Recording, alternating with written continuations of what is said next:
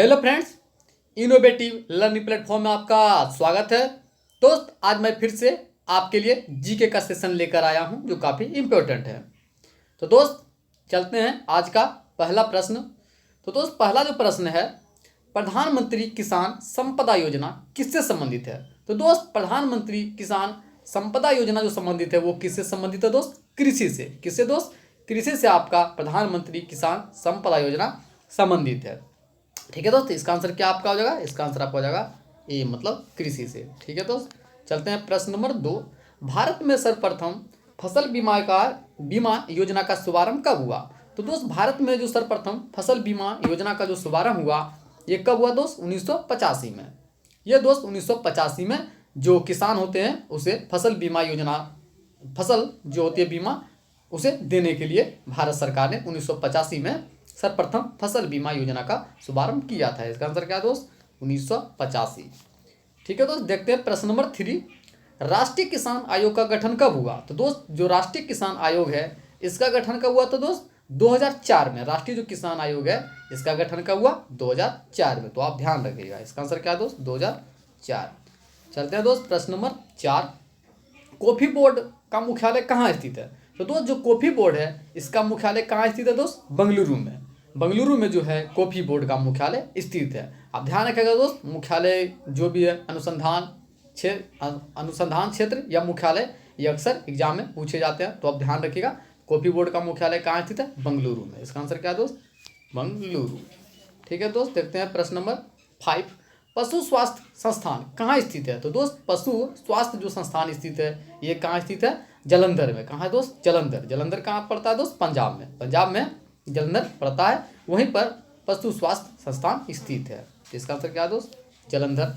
चलते हैं दोस्त प्रश्न नंबर 6। केंद्रीय कृषि अनुसंधान संस्थान कहाँ स्थित है? तो दोस्त, केंद्रीय कृषि अनुसंधान संस्थान जो स्थित है ये स्थित है पोर्ट ब्लेयर में। कहाँ दोस्त? पोर्ट ब्लेयर जो आपका है वहीं पर केंद्रीय कृषि अनुसंधान संस्थान स्थित है। ठीक है दोस्त, इसका आंसर क्या है? Port Blair. ठीक है दोस्त, चलते हैं प्रश्न नंबर 7।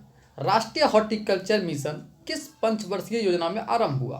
तो दोस्त, जो राष्ट्रीय हॉर्टिकल्चर मिशन जो स्टार्ट हुआ था ये स्टार्ट हुआ था 10वीं पंचवर्षीय योजना में। कब दोस्त? 10वीं पंचवर्षीय योजना में राष्ट्रीय हॉर्टिकल्चर मिशन का शुरुआत हुआ था। दोस्त, बात की जाए पंचवर्षीय योजना तो ये कब स्टार्ट हुआ दोस्त? 1951 में। हर 5 साल में ये योजनाएं लागू होते थे, तो हर 5 साल में, तो आप ध्यान रखिएगा। तो राष्ट्रीय हॉर्टिकल्चर जो मिशन पंचवर्षीय योजना स्टार्ट हुआ था किस पंचवर्षीय योजना में दोस्त? ये स्टार्ट हुआ था 10वीं पंचवर्षीय योजना में। ठीक है दोस्त।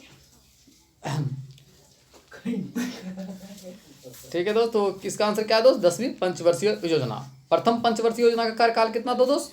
1951 से 56। द्वितीय कितना था? 56 से 61। अब बात किया तृतीय, तो तृतीय कब था दोस्त? तृतीय जो था वो 61 से 66। आप जैसा जानते हैं कि दोस्त, जो हरित क्रांति आई थी ये आई थी तीसरी पंचवर्षीय योजना में ही आई थी। कब दोस्त?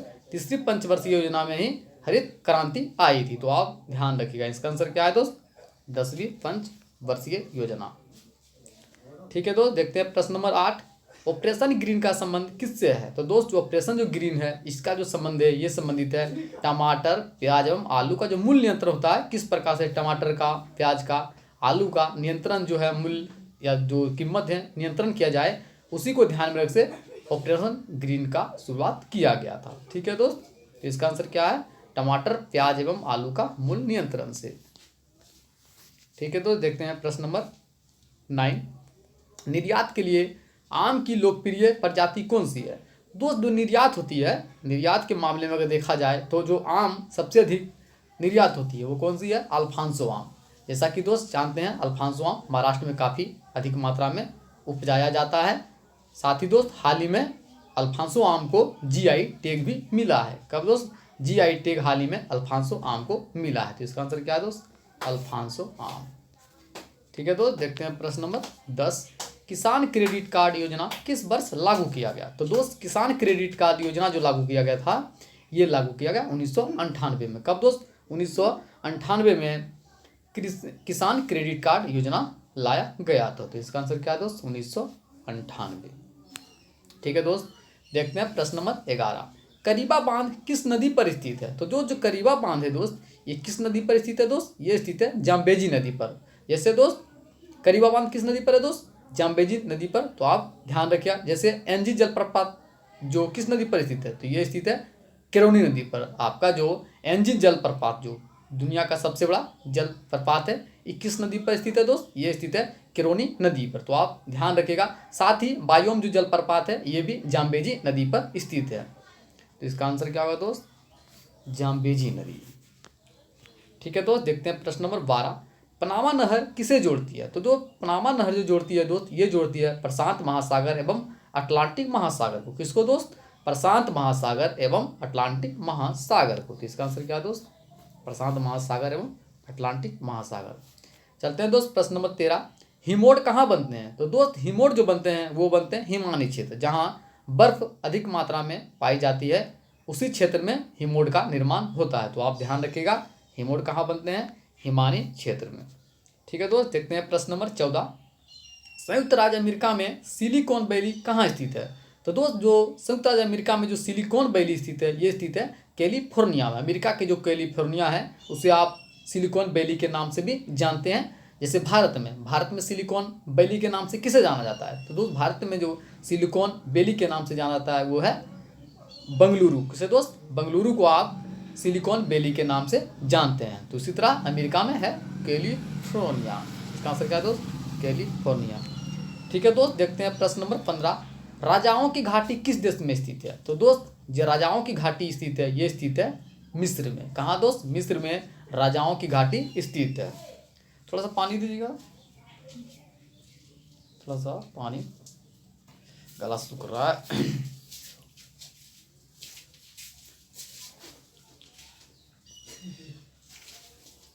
ठीक है दोस्त, पानी थोड़ा पानी।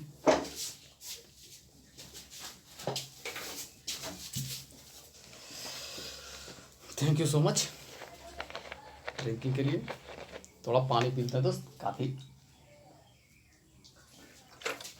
गला में प्रॉब्लम हो रहा था।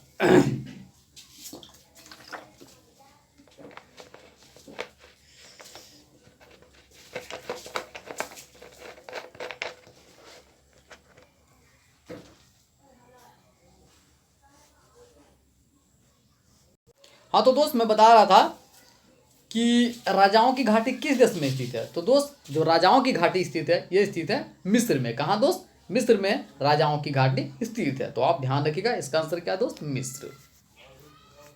ठीक है दोस्त, चलते हैं प्रश्न नंबर 16।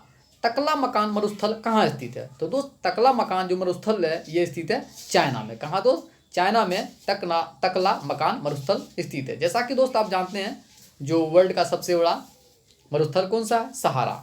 सहारा जो मरुस्थल है, ये सबसे बड़ा मरुस्थल है जो अफ्रीका में स्थित है। उसी तरह तकला मकान मरुस्थल कहाँ स्थित दोस्त? चाइना में। थार रेगिस्तान जो राजस्थान में स्थित है, ये भारत की सबसे बड़ी रेगिस्तान से आप या मरुस्थल कर सकते हैं। ठीक है, गोबी रेगिस्तान, ये दोस्त कहाँ है? ये चीन और मंगोलिया में स्थित है। कहाँ है दोस्त? चीन और मंगोलिया में गोबी रेगिस्तान। तो आप ध्यान रखिएगा, तकला मकान मरुस्थल कहाँ स्थित है? ये स्थित है चाइना में। इसका आंसर क्या है दोस्त?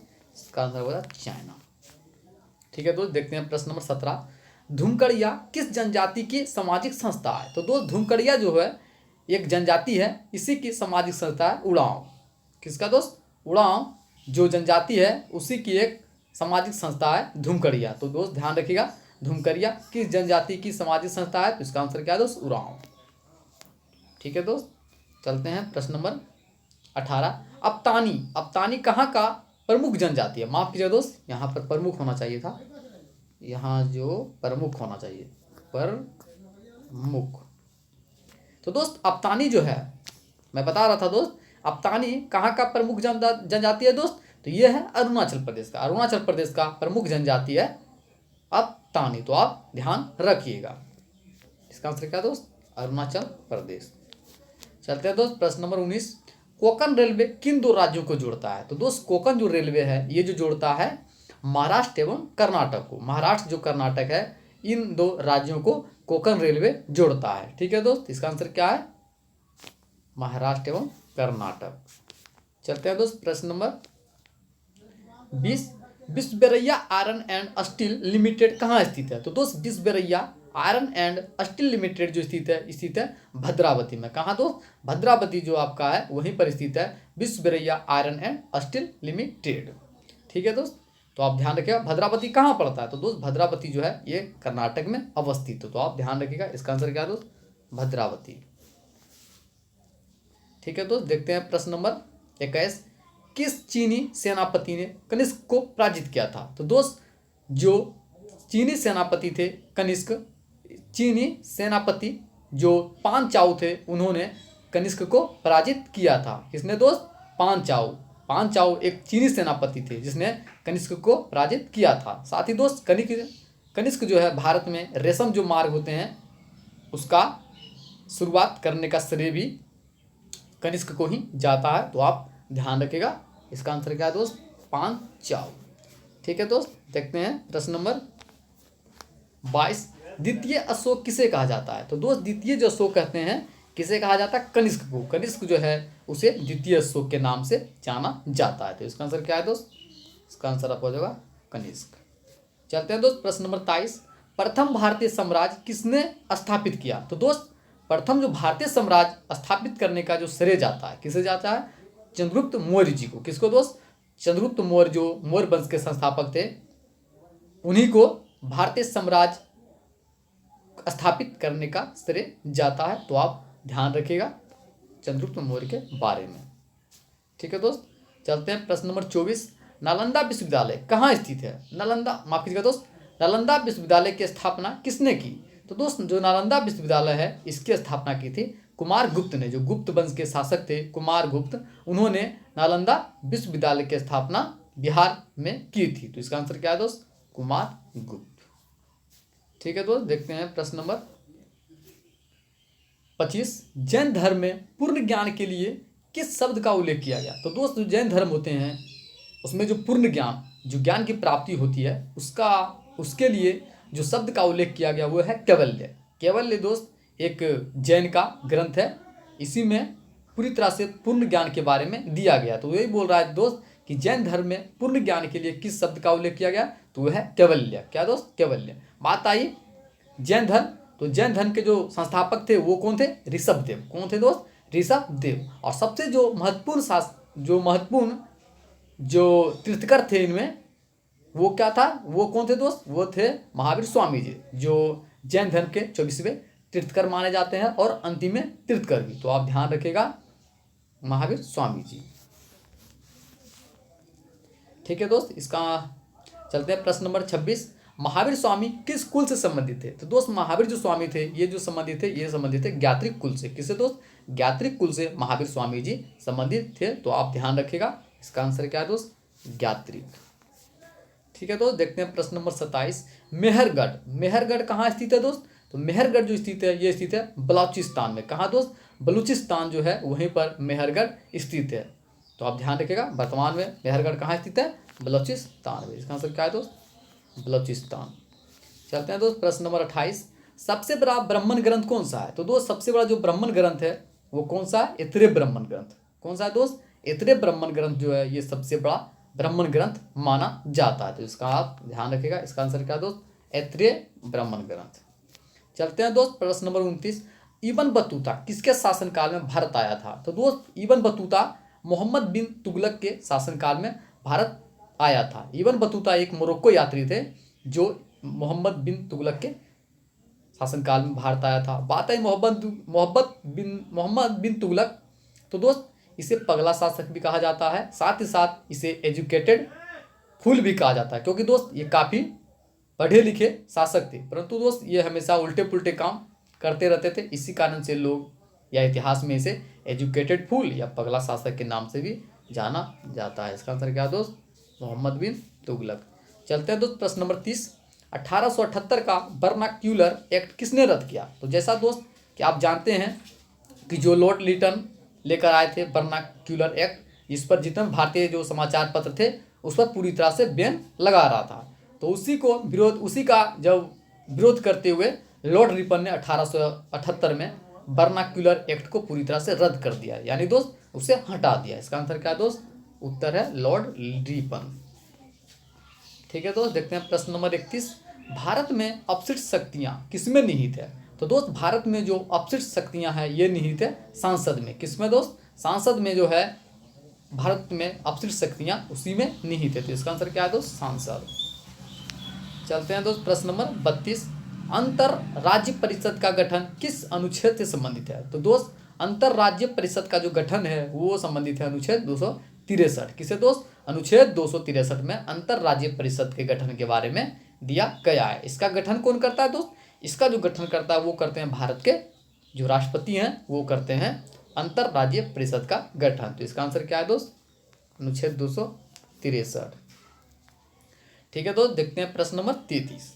किसी भी राज्य का प्रथम विधि अधिकारी कौन होता है? तो दोस्त किसी भी राज्य का जो प्रथम विधि अधिकारी होता है वो होता है महाधिवक्ता। कौन दोस्त? महाधिवक्ता जो होते हैं वो किसी राज्य का प्रथम विधि अधिकारी होता है। ठीक है दोस्त, इसका आंसर क्या है? महाधिवक्ता। ठीक है दोस्त, चलते हैं प्रश्न नंबर 34।